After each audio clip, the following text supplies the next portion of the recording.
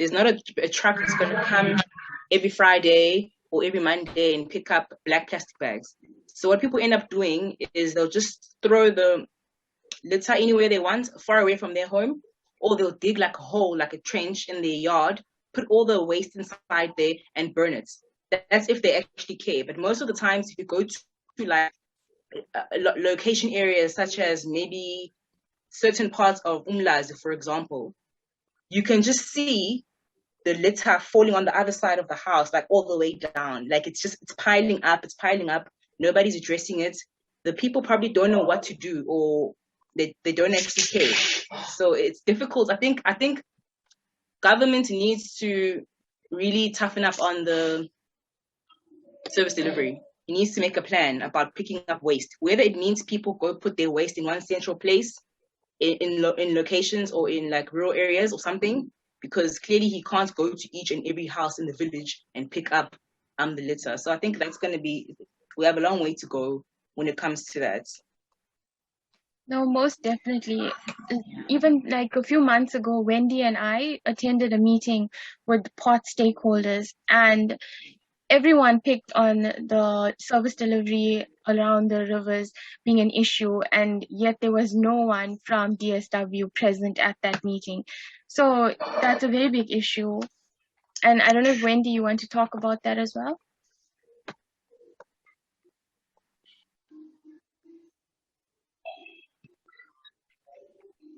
Yeah, completely. It is a big issue around litter coming from communities. Like where I come from, Bapomeni, for example, it's a location not far from where I live. What we've noticed in that area, people will all gather their waste from their houses and they could throw it in one spot, but nobody comes there and collects from that one spot, regardless of whether they've collected it in one area, making things easy, because the roads are so small and the municipality trucks complain that they can't fit through those roads. So the community decided, okay, we'll give you a spot where you can collect from, but they still don't do that. So yes, service delivery is a major, major problem. Armstrong, you have your hand up?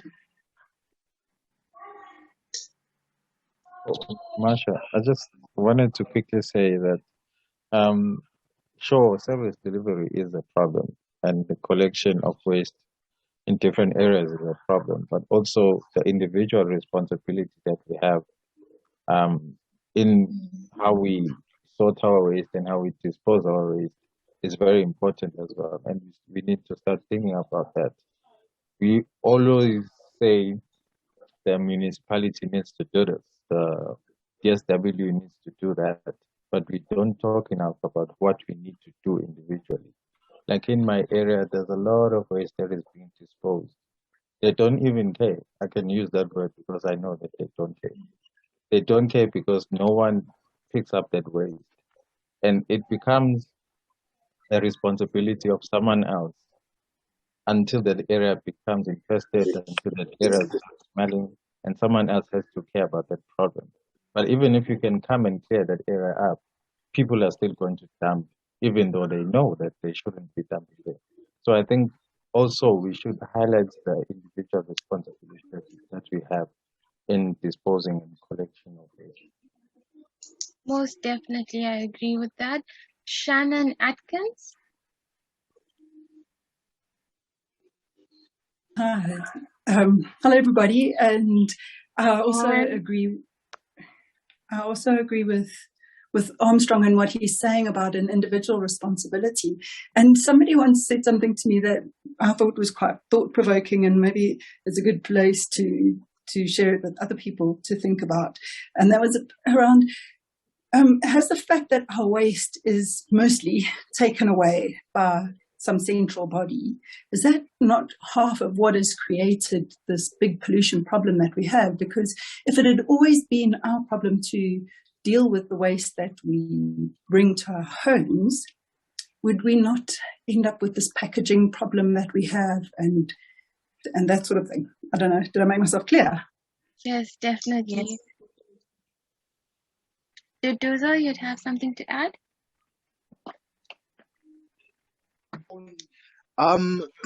I guess it's more like along the lines of what Armstrong had I think had already suggested. I guess I just worded more like differently and a bit directly.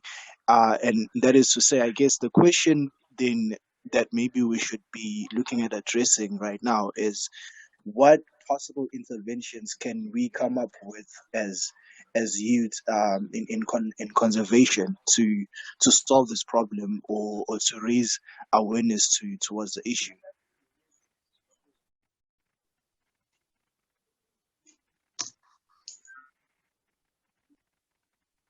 Yes, I definitely agree, Ndutuzo. I guess maybe like as Armstrong said, as to sorry, as Armstrong has said, I guess it comes down to like instead of us blaming this person, and even though we know that is the bigger issue, we can bring it back to the fact that if we can make a difference, if one person can make a difference, and if we can teach the next person, that would make a bigger impact than us just sitting back and waiting for DSW or for the service delivery to change. Sandile, your point?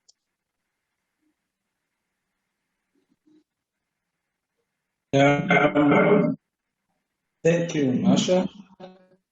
Thanks, everyone. Can you, Masha? You're breaking up a little bit.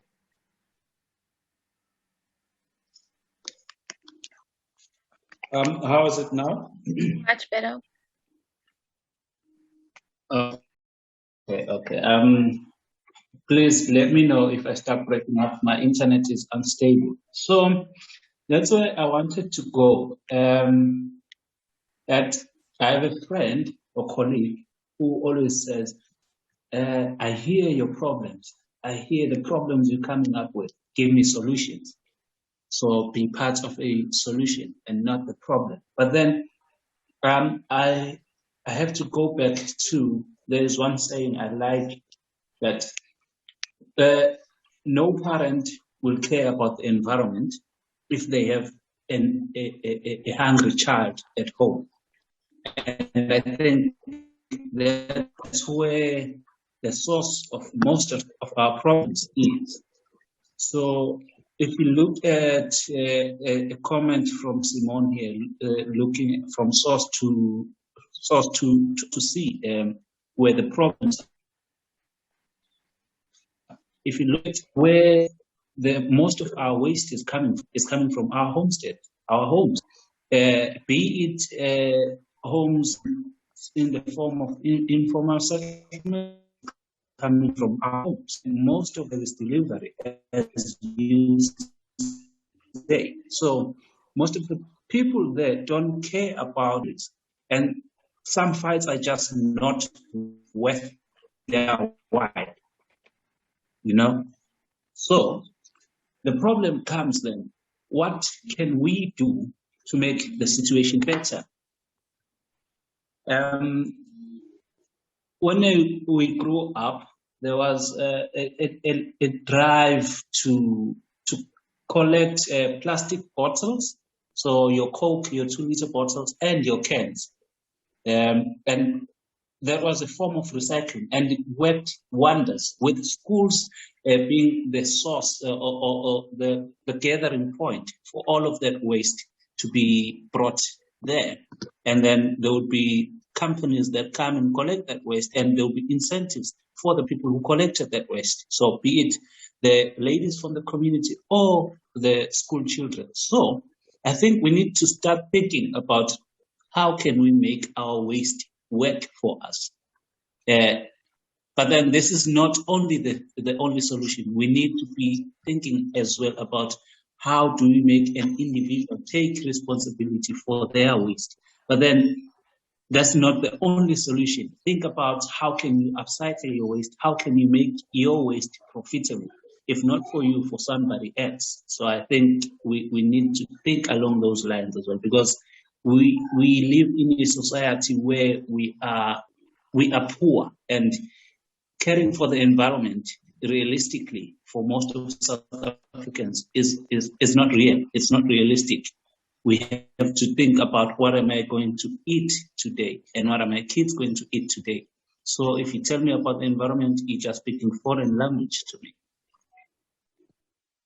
Yes, definitely. I remember when I was in primary school as well, every Fridays we were encouraged to bring in paper or plastic bottles or glass bottles, and we would get like vegetables that were grown in the school. It was really fun, and a lot of children used to do it, but it died off in that year. I think I've seen this, and a lot of times, a lot of initiatives happen for like a short period of time, even successful or not, they just like phase off. And I'm not sure why or who, or maybe funding is an issue. But Asanda, you have your hand up?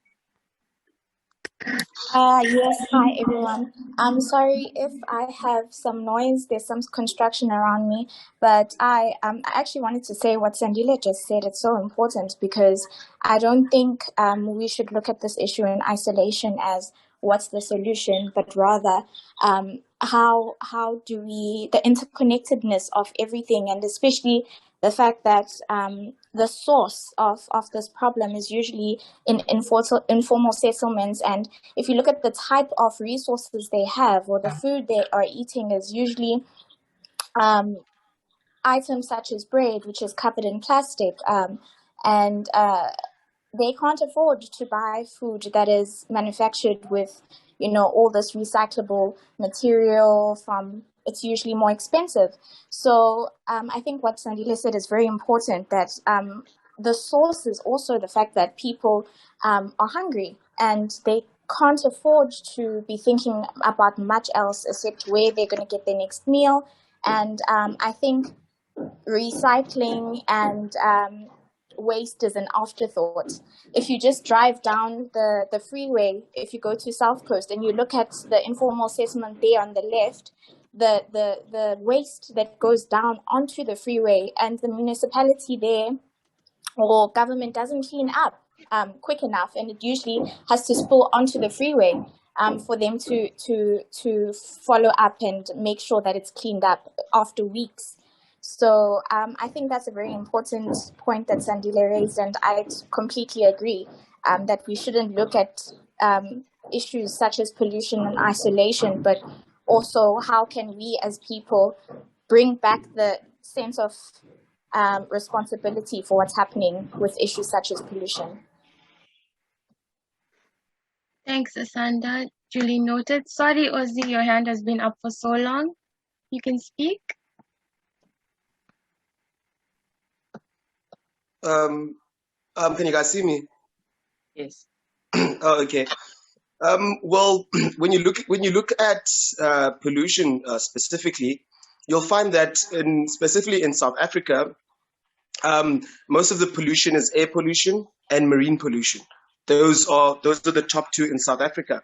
So you'll find that as much as we may put a focus or maybe note down things that are happening in informal settlements, you'll find that the core of the problem is actually industrial, because there was a report by the Greenpeace Association in 2019. They found that Highveld here in South Africa contributed one of the highest emissions contribution to air pollution in the whole world. So it was sulfur dioxide and it was sulfur dioxide. I think carbon dioxide. Yeah, I think it was the two, but it was the highest that contributed towards pollution, which was air pollution. So you'll find that a lot of industrial companies, for instance, even Eskom with their emissions, with the coal, with the burning of coal. So you'll find that a lot of the core of the root of the problem of pollution is actually industrial, in essence, or the majority of the damage that is caused towards pollution is industrial.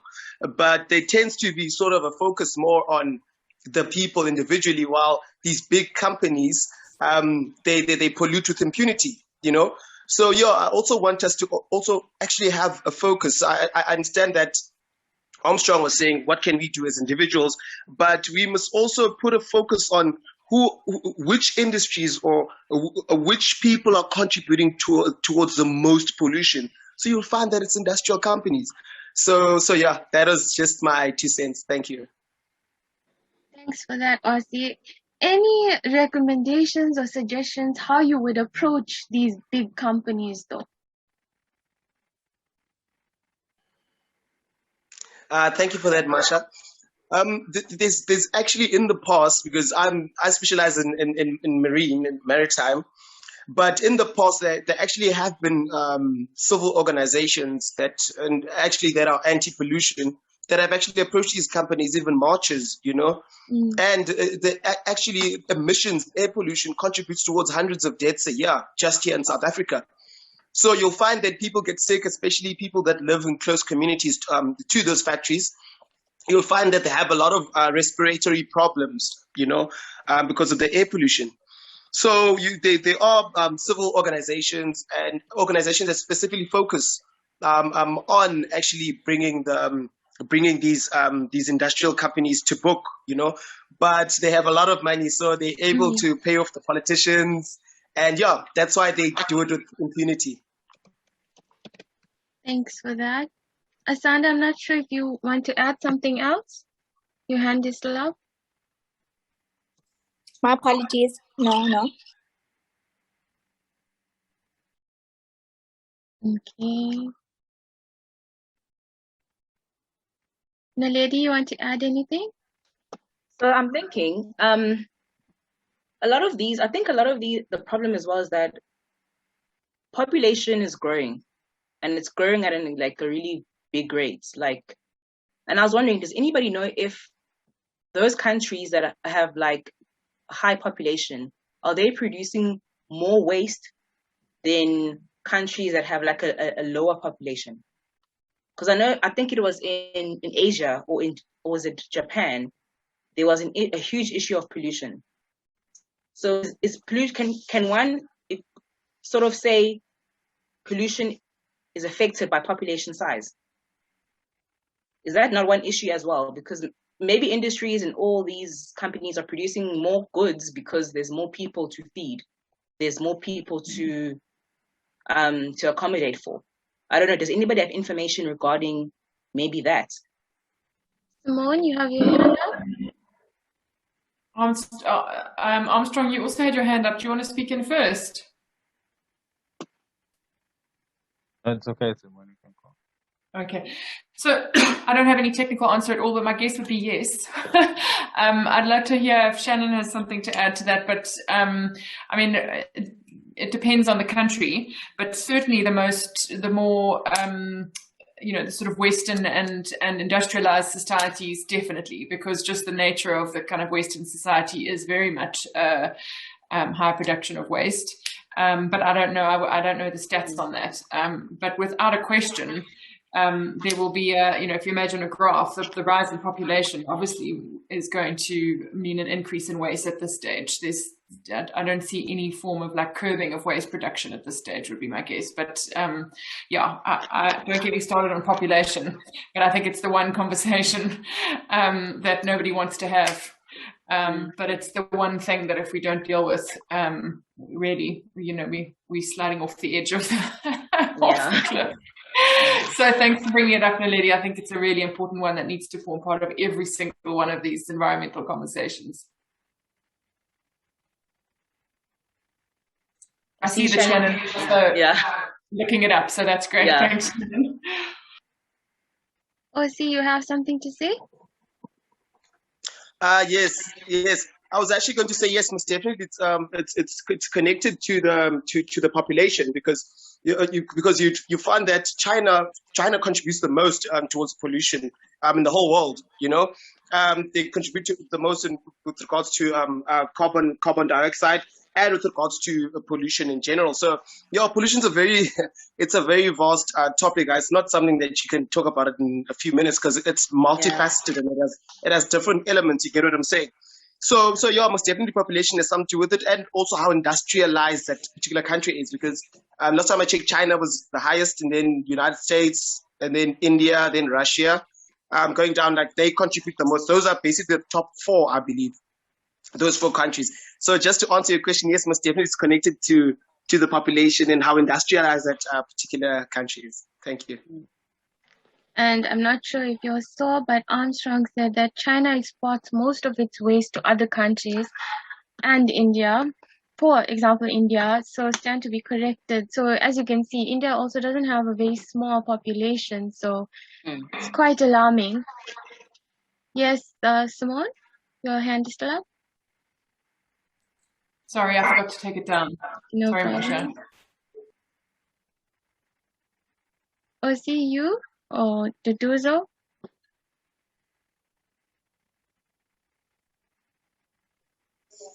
Oh, sorry, Yes, sorry, Marsha. Masha, I forgot to lower my hand. Sorry. No problem.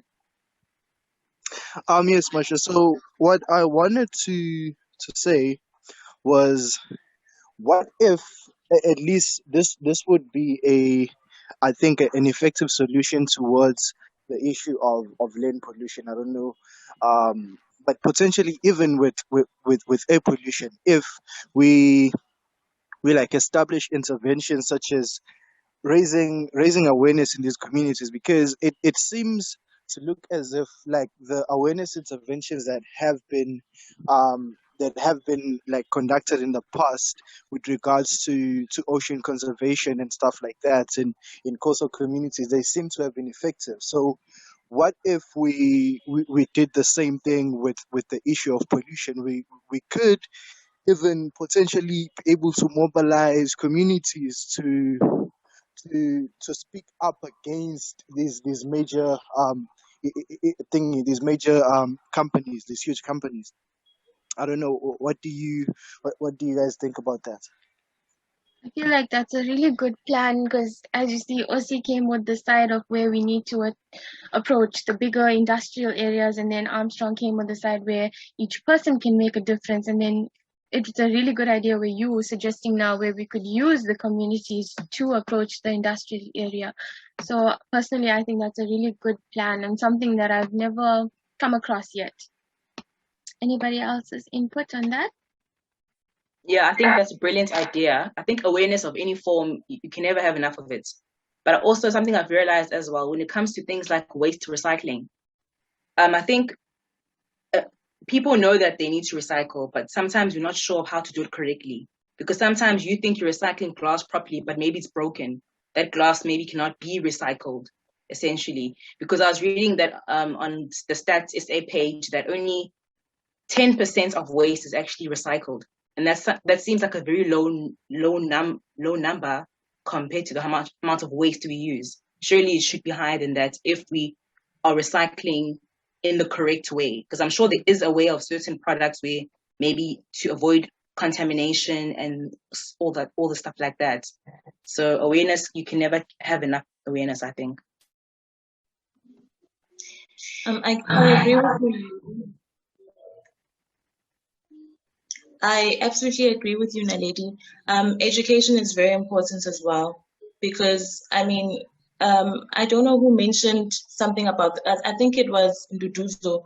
You mentioned that you've seen litter being thrown around in the communities, and I think if the municipality does not come to pick it up, it is also our responsibility to actually gather that litter and actually take it to landfill sites. So if people don't know that they can also gather that waste and actually take it to places where it can be, I guess, taken care of in a better way, then they won't be able to do it because they do not know that things like that actually exist.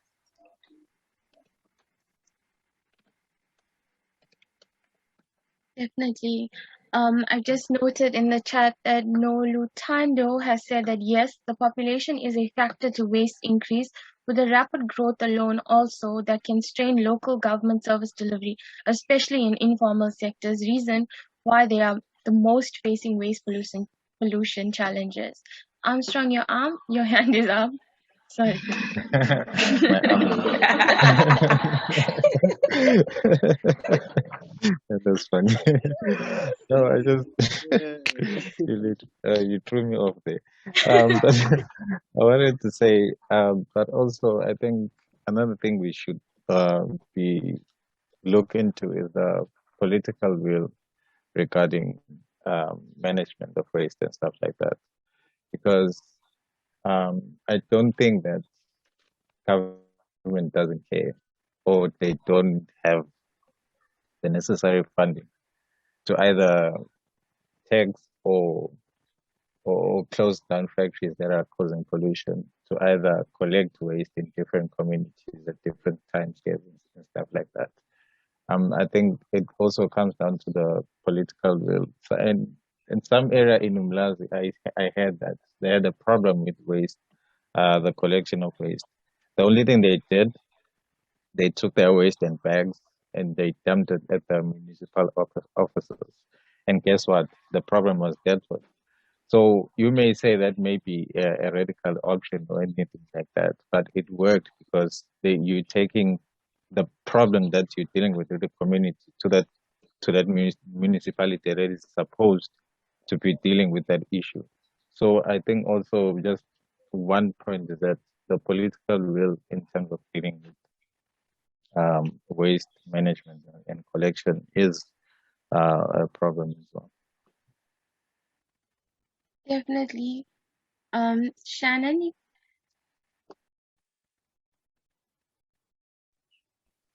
I must tell me I unmuted.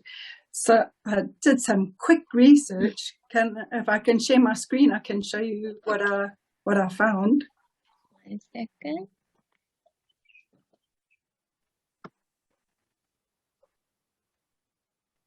Okay, you should be able to now. Should I stop sharing, Marsha? Yes. Oh, okay. Okay, it says I'm sharing. So it seems it's more a matter of wealth than population size. And I found an interesting article in The Conversation, which is generally a reasonably good news outlet that's fairly scientific. I can put the link into the chat for you. But it looks like it's not just the richest countries, but the richest people.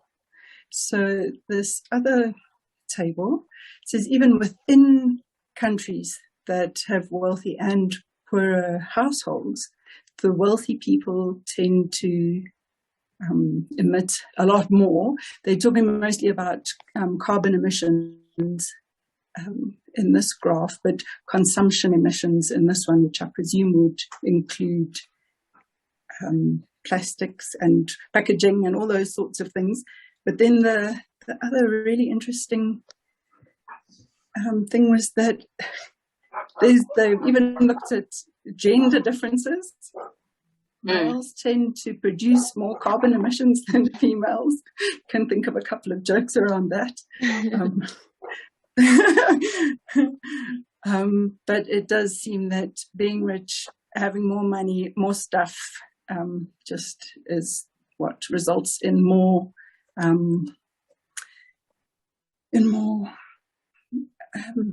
waste and pollution. And then there's questions that come around that about if we are moving everybody to wealthier positions, then what does that mean for our pollution levels?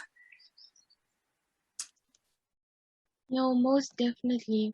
And it also put another thought in my head now, where we keep saying that we need to educate the rural areas and the people with lower incomes. But who's educating the richer people then? Because they're the ones, as we can see, are emitting the most.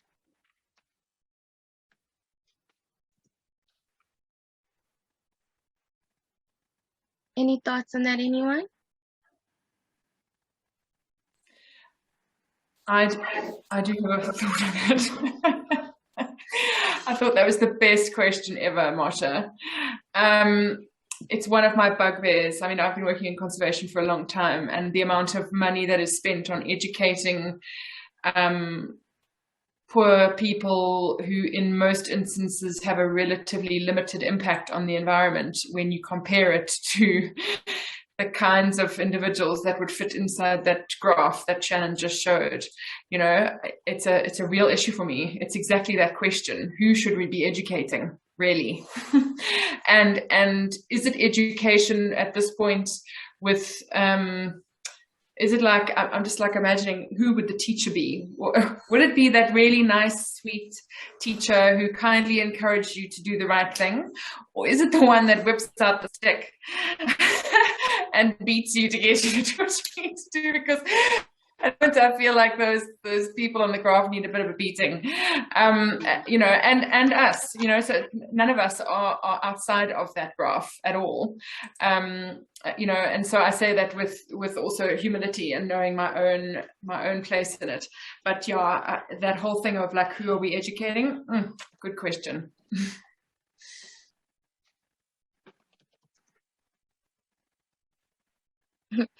According to Armstrong, we should tax the rich people more. So SARS should be our bad teacher. Always get taxed more. Yes, Aussie?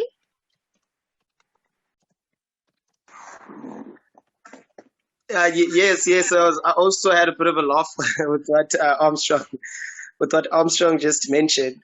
But sure, it's very important to have sort of stringent sanctions on these companies, because it's the same thing that happens in the ocean. I mean, you'll find that companies like BP or Shell, there's like a massive oil spill, and then they find billions. So if you get them in the pockets, then you'll get the proper response. Yeah, that's my 2 cents about it. Thanks. Thank you. So Naledi, I don't know if you want to say it out loud, and then I think Wendy can speak to this actually. Yeah, I was just wondering, during lockdown, like the last year, do you guys know if waste numbers went up or down? Because I'm assuming a lot of people were at home, a lot of people were buying online, and buying online means things are getting shipped to you, packaging, this and that. You're buying things you don't really need. Do you think that would have also maybe raised the amount of waste during that period, or maybe it wouldn't have? Maybe people got more aware of what they're actually doing. I don't know. What are you guys' thoughts on that? I agree with that. I also feel like that might have been the case. And I know, Wendy, if you're still here, you could speak to what you've seen at the port, whether there was a change during COVID compared to 2019 and the waste that we collected at the port. I think she's busy. Oh, she's here. I think I'm here. Sorry, it's just noisy where I am.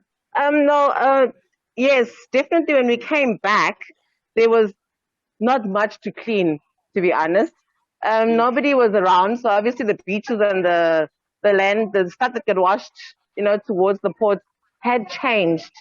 What I've noticed though, when we came back now, we have lots of mosques around, so that's another problem that we're going to have in the future, is all these disposable mosques that are just disposed everywhere. They're not being disposed properly, because also the way we dispose of them is incorrect. We're supposed to separate the elastic part that goes over the ears to the one that covers your mouth. They're two different products. So those can't be disposed, together, but nobody does that. We just throw the entire thing away. So yeah, education is a major problem. And like what Marsha said is very true. Who do we educate and where do we start and who does the educating? Because clearly, nobody really knew that the mosque and the two parts of the mosque are different and can't be disposed together. Because I didn't know that. I learned that when we met a lady, Marsha, who mentioned that to us, that we need to dispose of these separately. So during lockdown, we didn't do much work in the port, but when we did come back, there was less waste. So yeah, I think, with less people moving around and being able to be free, it did lessen the waste a bit. Yes, Ozzy? Thanks, Wendy. Sorry, before Ozzy speaks, I'm going to be driving back to the port, so I might get disconnected. Sorry, ladies, but I'll try and get connected again. Thanks, Wendy. Thank you. Ozzy, you can go ahead. Thanks. Yes. That's why I'd mentioned earlier that pollution is a multifaceted sort of a topic.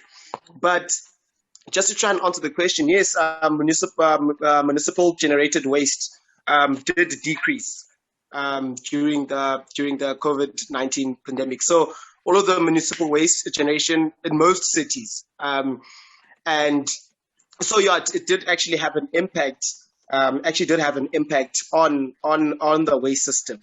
So yeah, but there's some there's some municipalities that it's actually it didn't decrease, it actually increased. So it depends on the specific city and what do people use the most, what are they using the most, or what are they generating the most. So yeah, just I know it's a bit of a vaguish answer, but in most cities the municipal generation waste did decrease. Thank you. Thanks, Ozzy. Zuzilia, you had something to say? Hi, everyone. I think the topic about COVID and the lockdown affecting and decreasing the amount of waste, that's just making me think of, isn't part of the solution maybe changing our lifestyle? Because during lockdown, if we were using less waste, then can't we try come up with ideas to try have a less wasteful lifestyle, like avoiding single-use plastics. I think we're trying to move towards paper straws, things like that. Yeah, I think a overall lifestyle change will be part of the solution of avoiding pollution. I agree. I feel like in essence, that's the same thing we're just saying in different ways. Either whether it's a rural community or whether it's a super rich person living their best life, it all boils down to whether you know it's right, whether you know it's wrong, and what are you going to do about it. I agree with you, Martha. I think it just all boils down to you taking responsibility, because often we do the blame game. This person, the municipality didn't come to take the trash and whatnot. I think if that happens, you must also take responsibility as a citizen of this country in order to combat the emissions. Not sure if anybody else wants to add anything. Yeah, Marsha, I just want to add, yes, and also if big corporations can get involved, so things like, for example, McDonald's takeouts, I stay in PNB, they always give me plastic straws, plastic everything all the time. If big companies like that can also move in that direction, it will be easier, because if they're not involved, what change are we going to make? Because I'm pretty sure a lot of takeout, all those companies, they are responsible for a large chunk of the waste, especially things that cannot be recycled. So and I think to influence them there's something there. Maybe they are losing money if they change into paper, or I don't know, because there's clearly some financial losses that they get if they move from less sustainable products to more sustainable products. So there's that issue as well. And you can't, I think when it comes to money, you are talking another language completely. And that's what I'm sorry, background noise. That's what I mentioned before as well. Like, even though people are changing and making a difference, like, it stops. I know maybe not last year, the year before COVID can start, like 2019, plastic pollution was a big thing. You would see the famous picture of the baby turtle with the straw down its mouth. I can't remember who did that. I don't know if it's Nachi or who, but yeah, it was like really a big thing. And then you saw places like Spur, you saw places like sit down restaurants changing completely to paper straws or to the like spaghetti pasta straws. And for a while it was like a big thing and everyone was trying. And then again, once COVID hit, nobody cared anymore. Can I just add into that, Marsha? What I realized is that clients are not so happy about using the paper straws. I've heard that they've been getting a lot of complaints, and I guess, like Naledi said, when it comes to money, it's very tricky. Thank you. Asanda? I just wanted to add, like, I completely agree with companies such as McDonald's. I mean, it doesn't even go down to plastics anymore. It goes down to the packaging that they use. Sometimes the packaging has chemicals that end up in the environment and pollute the environment. And these chemicals are often used to make the packaging like grease resistant, or it maintains its shape during traveling and delivery. So it's all of those things that companies need to look at, because us as the consumers as well, you don't want to buy your burger with a greasy box and it's all mushed up and it's smashed and all of that stuff. So there's a fine line between maintaining what the consumer wants and then also maintaining the integrity of the environment. So I think more people need to speak up as well about, like we're saying, about the effects of what these big companies are doing in order to maintain us as the consumers happy. So it all boils down back to us again. We need to be more vocal and educate ourselves as well. Exactly. I definitely agree with that. And I feel like if one person knows why you're doing what you're doing, or why that paper straw is important, and like it literally just takes a sentence or it takes a picture, just Google it, why use a paper straw instead of a plastic straw, it should make some small difference to convert your people or your family, your friends, and then have them convert. Like, the word of mouth is so underrated. I feel it's so underrated. Like, it's so easy. Like, we all sitting here now, we know the importance of using that paper straw, but someone out there, they're just like, oh no, it gets soggy after 5 seconds, I don't like it, I'm uncomfortable with it. So, and like the main argument plastic producers use is like, plastic is convenient, it's cheap and it's convenient. And that's their theory, that's their goal, that's what they go with. It's a money-driven industry, it's convenience, and that's the issue there. Not sure if anybody else wants to say anything on that as well.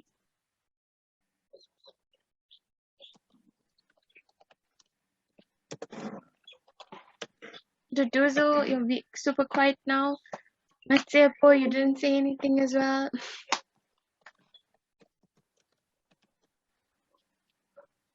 Sandile, you still here? Simone? I'm here, Masha. So I just wanted to echo that. One teaches one. You know, before I went into science, I wouldn't care about what fish I eat, where it comes from. So when you're speaking about applying pressure, I thought about a consumer list there. And I thought, I've never heard, how is it sourced? Is it sustainable? So, you know, things that are like that, innate in us, you know, it's a teaching I've learned, and it sticks with me. So I'm compelled to teach other people as well about it. So I think we cannot overlook teaching, but yeah, I think this is a multidisciplinary problem that requires multidisciplinary solutions. So all of the solutions that are coming out of here are cool to that. Thanks, Andile. Simone?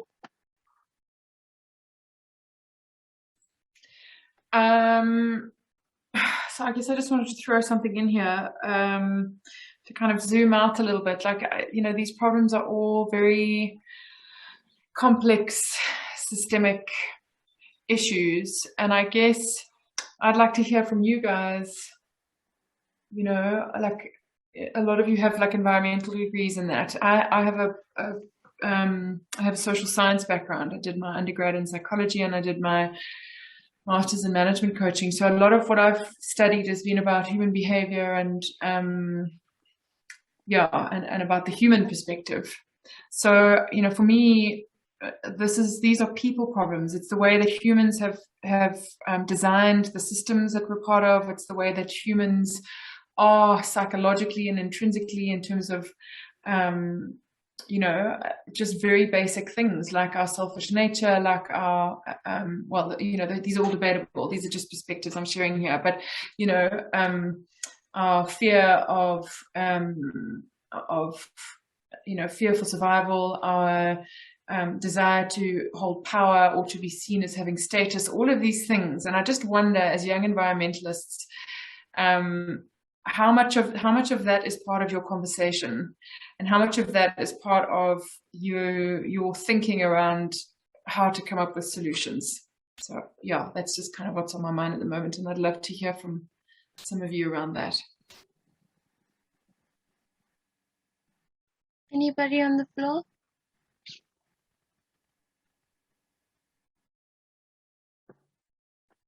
Simone, just my opinion is, I think a lot of people's behavior is also a response to how we grew up. A lot of my, before, for example, I went to varsity, that's the first time I left home. I stayed with my grandmother, for example. She was very minimal. You know, I didn't do much. I was just, I was very careful with money. I wouldn't buy anything, that much things. I didn't have access to a lot of things as well. I just knew that I need to do this, do that, and this is enough. Then I moved to PMB and I started getting exposed to different types of people. I started seeing, oh, if I buy that, nothing happens to me. I can still, it works. You know, it's perfectly fine. I can do it. There's nothing wrong with it. I don't see anything wrong with it in front of me, but there is a problem later on. So I think you're so correct. I think a lot of what we do is influenced by our surroundings and the people around us and what they are thinking. Because whatever your closest 5 friends are doing, you're probably going to do it as well. You know, now how to change that, I'll have no idea. And I think that's definitely something that people need to look into as well. Just talking to people on a human, sort of way, not like the environment. If you're destroying the environment now, there will be no this and that. I think to approach them as people and just be like, this is not okay. Maybe that's definitely one way to go. But I think that's a very good point you brought up. Very important. Yeah, thanks, Naledi. I mean, I think what you're also saying there is it's about speaking people's language or language that they understand. So if they haven't grown up considering the environment, or if they haven't grown up in if they grew up in a very different environment to you, where excess was just normal, you know, where they just had their parents just giving the money left, right, and center, and that's just what they know. They know that they can have a cupboard full of 500 shoes. I mean, there are people that actually live like that. I think, you know, how do you then get to that person?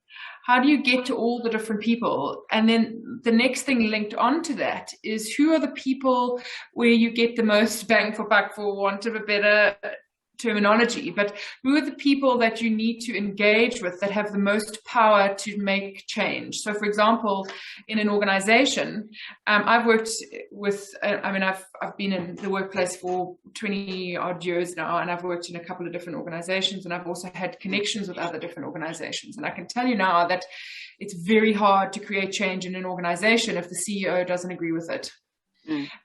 People go in with all sorts of ideas, and you can make little bits of incremental change, but if the CEO does not buy in to the change that you're trying to create, you're actually like swimming upstream.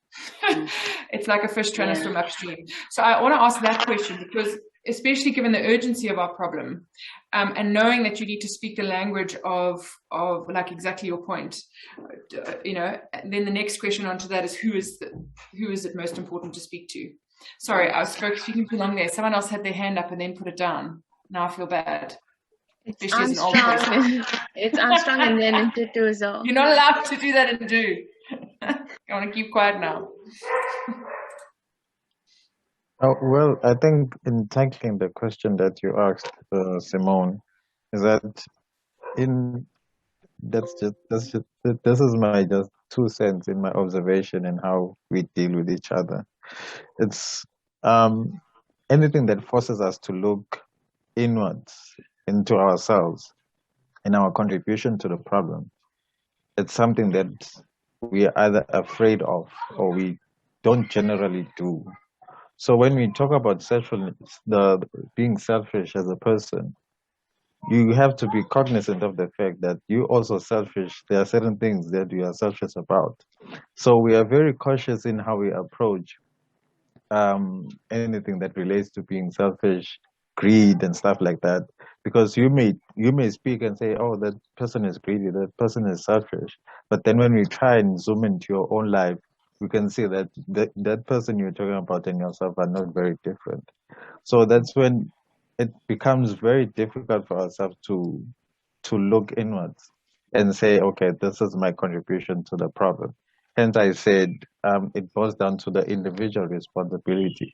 Because once we try to look at this as not a government problem, not an industrial problem, but my problem, that's when we can start creating the change. Because as you were saying, if the CEO doesn't buy into that idea, nothing will change. So the CEO becomes this inward person that drives the whole system to work. So if the CEO starts to buy into that, everything else would fall into place. So I think anything that forces us to look inward is scary for us because we tend to see that we are very much contributing to the problem than the people that we are trying to blame. So I think we need to be courageous enough to address our own selfishness and then our own greed and our own contribution to the problem, and then we can try come up with the change that we want to see. Completely, Armstrong. And I think, there's something also about doing that. There's something about doing that once you're able to acknowledge your own role in it, that I think inevitably gives you greater access to understanding from others because you've gone the journey. And so your conversation with others is then an authentic one. It's not a preaching, I read it in a textbook one. It's, I've lived this journey. Yes, it's different from yours, but I've lived it. And so you can then speak with authenticity. So I definitely agree with you on that front. Yeah.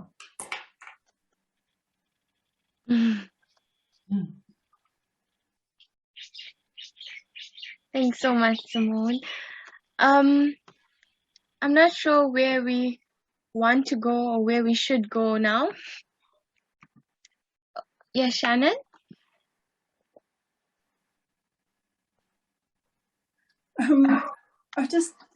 I read a really, really interesting paper, and it's not specific to this problem, but I don't know, Simone said, how do we come up with solutions? And this really impressed me with how they came up with solutions. And it's the, like there's the intergovernment or international panel of climate change scientists. Well, there's one for biodiversity as well. And they were saying that there are so many problems, which is how we started with this, and they're all interlinked. And you can't just look at one and not include the others if you really want to do a good job. And you can't separate people's well-being from the ecosystem's well-being. And they decided to do research on how to tackle all these things justly. And they use this concept of leverage points, which is an idea of where in the system can you exert some pressure and get a bigger change relative to the amount of pressure you put in. So just like physically, if you use a lever, you can lift more weight, the same sort of thing. So this panel of scientists got together and looked at, did a massive literature review and talked to everybody. Can I share my screen again? Yes. And they came up with this idea that what we were talking about, the material consumption and waste that's involved. And they say that this is actually driven indirectly by people's idea of what is a good life. And we're not going to change people's ways of consumption without considering how people view prosperity, if it's just a monetary thing or those sorts of things. And they came up with these 8 parts of the system that for all the different problems of sustainability and biodiversity and climate change and all those sorts of things, and some ideas of what the levers are. So the ideas of incentives and capacity building, coordination across sectors and jurisdictions, preemptive action, adaptive decision-making, environmental law and implementation. And if we address these leverage points with these levers, we can address the indirect drivers and then the direct drivers of change in nature. And then we just keep learning and going through it. And I can share the link. It's an open access paper, and it's just really cleverly thought out, and it's not going to solve our problem. But if we think maybe sometimes about how at a local level, because you know that saying, think global, act local. I think this is such a nice framework for us to think global and give us some direction and a place to head to, and then see how we can, in our own spaces and our own hearts, deal with these various issues. So that's what I was thinking when we were talking about how do we find solutions. Thanks so much for that. We'd appreciate the link so we can go through it as well. That's really cool.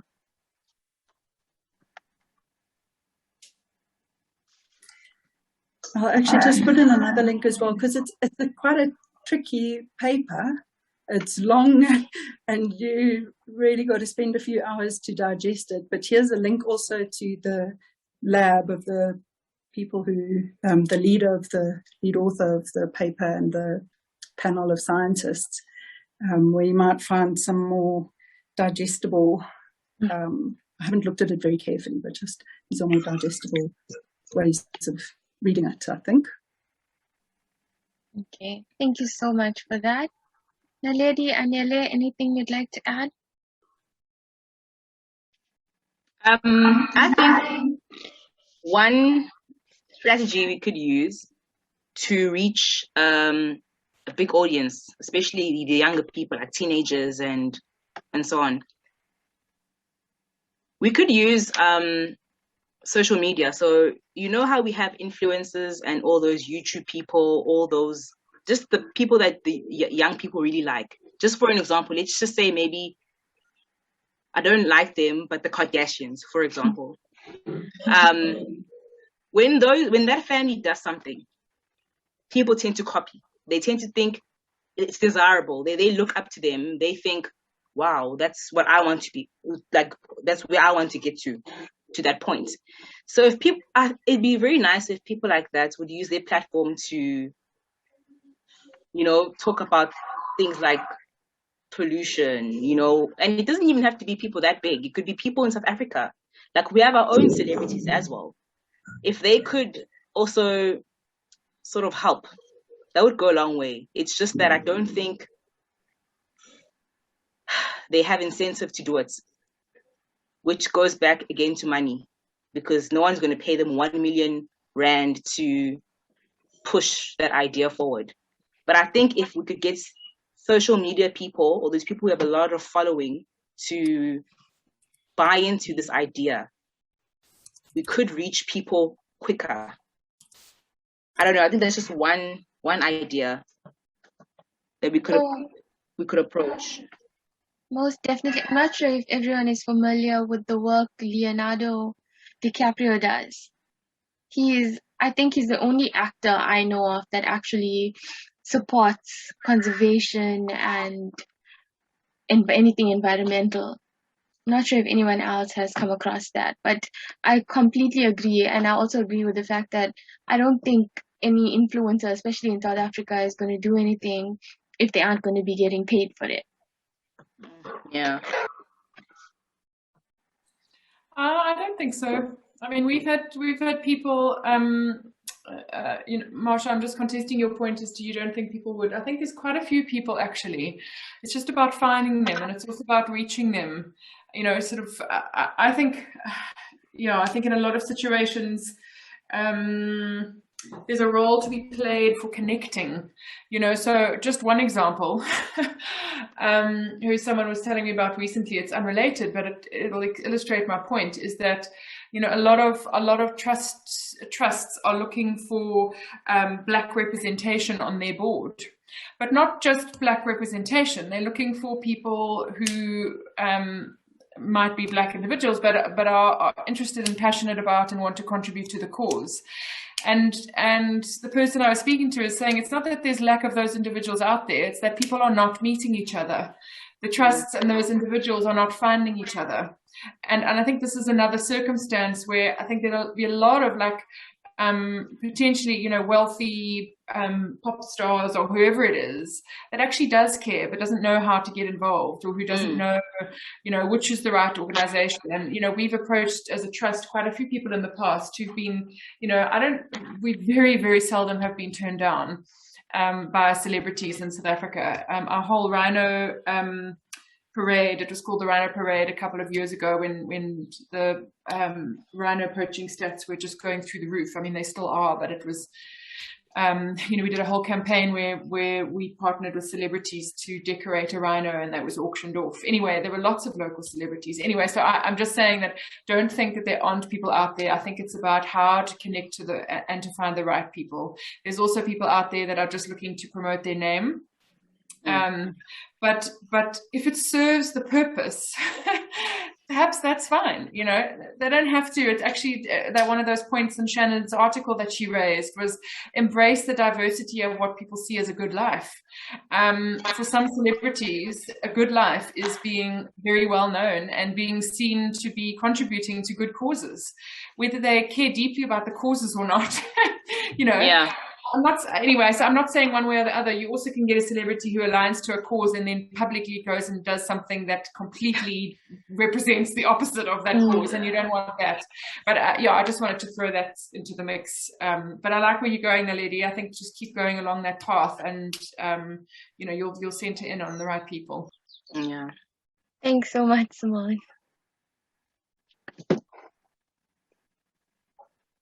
So, not sure if anybody else has anything to say or to add on that point specifically.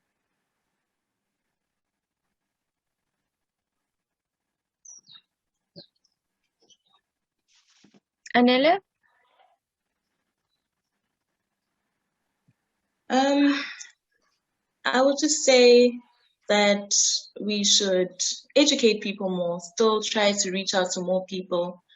I think education is key.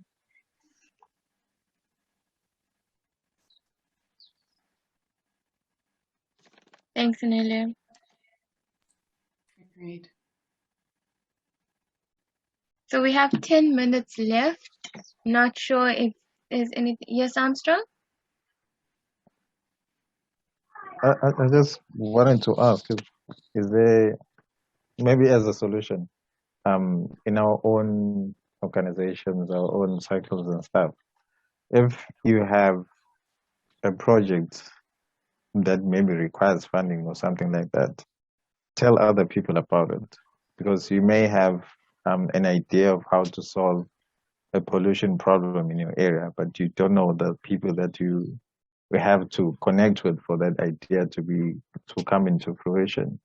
So I suggest that should you have any ideas that you come up with, connect with the other people that you have in your organization or cycles or community.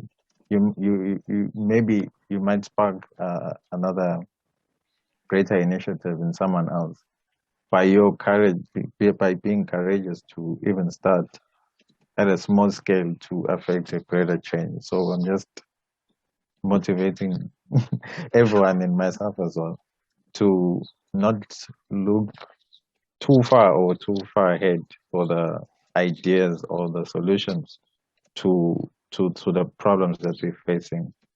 Yeah. Thanks, Armstrong. Really appreciate that. totally agree. As I was saying, we have 10 minutes left, or less than 10 minutes now. Is there anything else pressing that we'd like to discuss? Any other solutions you want to throw out there, suggestions? What you thought about the whole session, if you felt it was good, if you learned anything?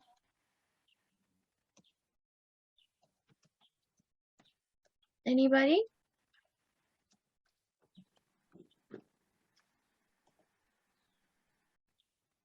Simone?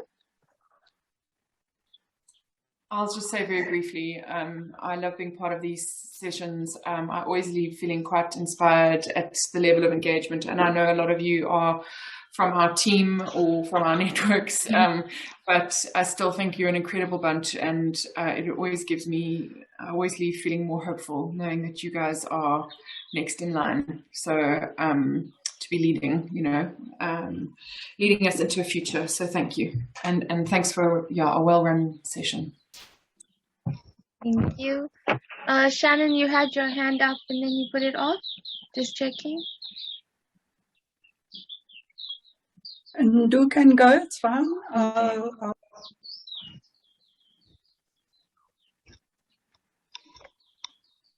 Thank you, Shannon, and thank you, Masha. Well, first of all, thank you very much for a very well-run session, like Simone said. And I also just wanted to add or to ask. Sorry, that, lady. Like Armstrong said, if you have potential solutions to like the pollution issue, are there any bodies even present at the moment that you can actually contact?